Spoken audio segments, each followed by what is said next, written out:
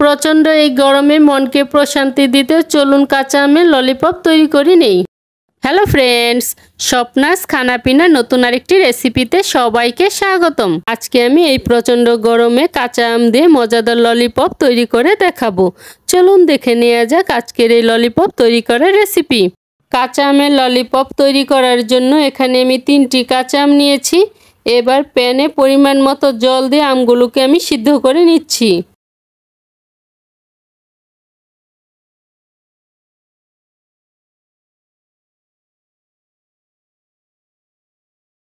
প্রায় 10 মিনিটের মতো সিদ্ধ করে নেওয়ার পর আমগুলোকে আমি জল থেকে তুলে ঠান্ডা করে নিচ্ছি।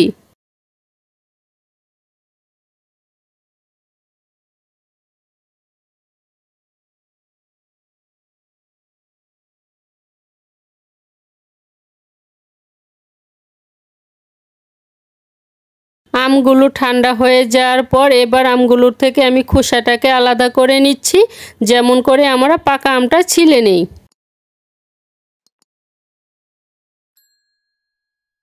আমগুলো ছিলে নেওয়ার পর এবার আমের শাঁসটা আমি বের করে নিচ্ছি।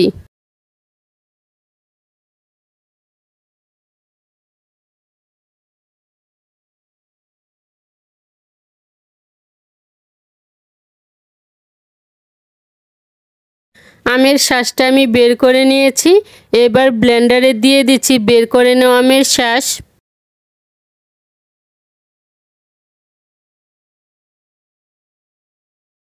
আধা চা চামচ লবণ, সামান্য পরিমাণ বিট লবণ, আধা কাপ চিনি, 1 মুঠো ধনেপাতা, 1টি কাঁচামরিচ ও সিদ্ধ করে রাখা আমের জলটা আধা কাপ দিয়ে এটাকে আমি ব্লেন্ড করে নিচ্ছি। আমটাকে আমি ব্লেন্ড করে নিয়েছি। এবার ললিপপটা জমানোর জন্য এখানে আমি একটি আইসক্রিমের মোল্ড নিয়েছি। এবার আমের মিশ্রণটা এই মোল্ডের মধ্যে ঢেলে দিচ্ছি।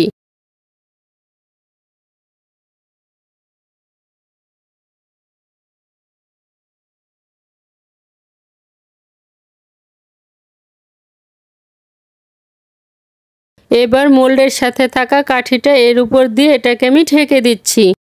তবে মোল্ডে থাকা আইসক্রিমের এই কাঠিটা যদি দিতে না চান সেক্ষেত্রে নর্মাল আইসক্রিমের কাঠিটা দিয়ে দিবেন, তারপর ফয়েল পেপার দিয়ে ভালো করে মুড়ে দিবেন। এখন ললিপপগুলোকে জমানোর জন্য আইসক্রিমের মোল্ডটাকে 10 থেকে 12 ঘন্টার জন্য ডিপ ফ্রিজে রেখে দিব। 12 ঘন্টা ডিপ ফ্রিজে রেখে দেওয়ার পর আইসক্রিমের মোল্ডটাকে আমি বের করে নিয়েছি। এবার ললিপপগুলোকে আমি তুলে নিচ্ছি। এবার বরফের উপর রেখে ললিপপগুলোকে আমি পরিবেশন করে নিয়েছি। এতে করে এগুলো সহজে গলে যাবে না। আজকের এই প্রচণ্ড গরমে কাঁচা আমের ললিপপের রেসিপিটি কেমন হয়েছে তা আমাকে কমেন্ট করে জানাবেন। ভালো লাগলে লাইক, শেয়ার এবং সাবস্ক্রাইব করতে ভুলবেন না। আজকের মতো এখানেই বিদায় নিচ্ছি। দেখা হচ্ছে পরবর্তী নতুন কোনো রেসিপিতে।